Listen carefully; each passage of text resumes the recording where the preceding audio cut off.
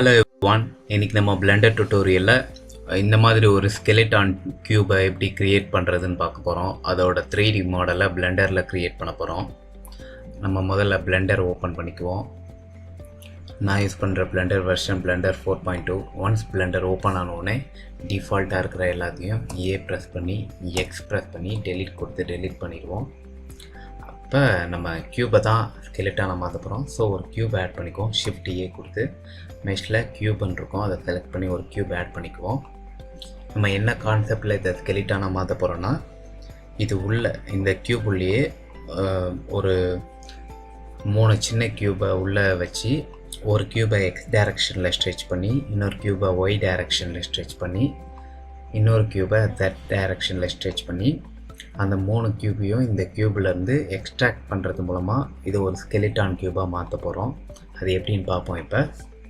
So நம்மளுக்கு 3 சின்ன cube இந்த பெரிய கியூப்குள்ளே வேணும். அதை எப்படி ஆட் பண்ணுறதுனா, இந்த பெரிய கியூபையே நம்ம டியூப்ளிகேட் பண்ணுவோம். ஷிஃப்ட் D கொடுத்திங்கன்னா டியூப்ளிகேட் ஆகிடும். பார்த்தீங்கன்னா தெரியும், இன்னொரு காப்பி வந்துடும். அந்த டியூப்ளிகேட் ஆனதை ப்ரெஸ் பண்ணிங்கன்னா ஸ்கேல் ஆப்ஷன் எனேபிள் ஆகும். ஸோ எவ்வளோ சின்னதாக வேணுமோ அவ்வளோ சின்னதாக அதை ஸ்கேல் பண்ணிக்குவோம். இது போதும் நம்மளுக்கு ஸ்கெலிட்டான் கியூப் க்ரியேட் பண்ணுறதுக்கு. அந்த கியூபை உள்ளே இருக்கிற கியூபை சின்னதாக்கிட்டு இப்போ அதை நம்ம எக்ஸ் டைரக்ஷனில் மட்டும் ஸ்ட்ரெச் பண்ண போகிறோம்.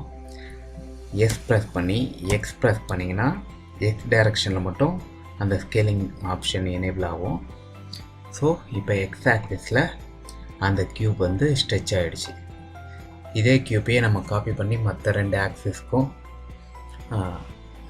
ரொட்டேட் பண்ணிடுவோம். சரிங்களா? ஸோ இந்த சின்ன கியூபை செலக்ட் பண்ணிக்கிட்டு ஷிஃப்ட் D கொடுத்திங்கன்னா காப்பி ஆகிடும். அந்த காப்பி ஆனதை ப்ரெஸ் பண்ணி ப்ரெஸ் பண்ணி 19 கொடுத்திங்கன்னா இந்த ஹைட்டில் ஆட் ஆகிடும். சரிங்களா? இப்போ இதே கியூபை மறுபடியும் டூப்ளிகேட் பண்ணி ஷிஃப்ட் D கொடுத்து டூப்ளிகேட் பண்ணி ப்ரெஸ் பண்ணி ப்ரெஸ் பண்ணி 90 கொடுத்திங்கன்னா ரிமைனிங் டைரக்ஷன்லேயும் ஆட் ஆகிடும். சரிங்களா? ஸோ நம்மளுக்கு ஒரு பெரிய கியூப், அதுக்குள்ளே 3 சின்ன கியூப் கிடச்சிருச்சு. ஸோ இப்போ இந்த 3 சின்ன கியூபையும் செலக்ட் பண்ணி, பெரிய கியூபை செலக்ட் பண்ணக்கூடாது, 3 சின்ன கியூபை மட்டும் செலக்ட் பண்ணிக்கிட்டு ரைட் கிளிக், இந்த இடத்துல ரைட் கிளிக் பண்ணிங்கன்னா நியூ கலெக்ஷன்னு ஒரு ஆப்ஷன் இருக்கும். அதை செலக்ட் பண்ணிங்கன்னா கலெக்ஷன் 2ன்னு ஒரு ஃபோல்டர் ஆட் ஆகிடும். சரிங்களா? இந்த 3 சின்ன கியூபையும் அப்படியே ட்ராக் பண்ணி இந்த கலெக்ஷன் 2ன்ற ஃபோல்டருக்குள்ளே போட்டுருந்தோம். சரிங்களா? ஸோ இந்த 3 சின்ன கியூபும் கலெக்ஷன் 2க்குள்ளே இருக்குது.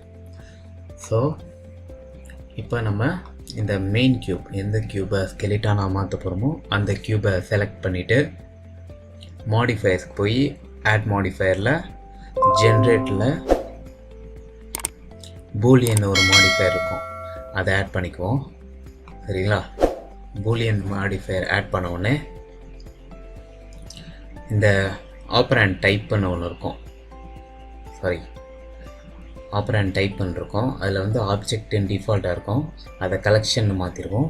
மாற்றிட்டு எந்த கலெக்ஷன் இங்கே கேட்கும், அதுக்கு நம்ம இதை செலக்ட் பண்ணி கலெக்ஷன் 2 கொடுத்துருவோம். ஏன்னா கலெக்ஷன் 2க்குள்ளே தான் இந்த 3 சின்ன கியூப் இருக்குது. அந்த 3 சின்ன கியூபை தான் நம்ம எக்ஸ்ட்ராக்ட் பண்ண போகிறோம் இந்த பெரிய கியூப்லேருந்து. ஸோ கலெக்ஷன் 2வை செலக்ட் பண்ணிவிட்டு இங்கே போய் அப்ளை கொடுத்துருவோம். இந்த மாடிஃபயர் அப்ளை ஆகிடும். இப்போ இந்த 3 சின்ன கியூபையும் செலக்ட் பண்ணி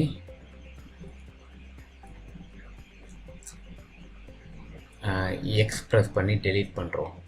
ஸோ நம்மளுக்கு தேவையான ஸ்கெலிட்டான் கியூப் கிடச்சிருச்சு.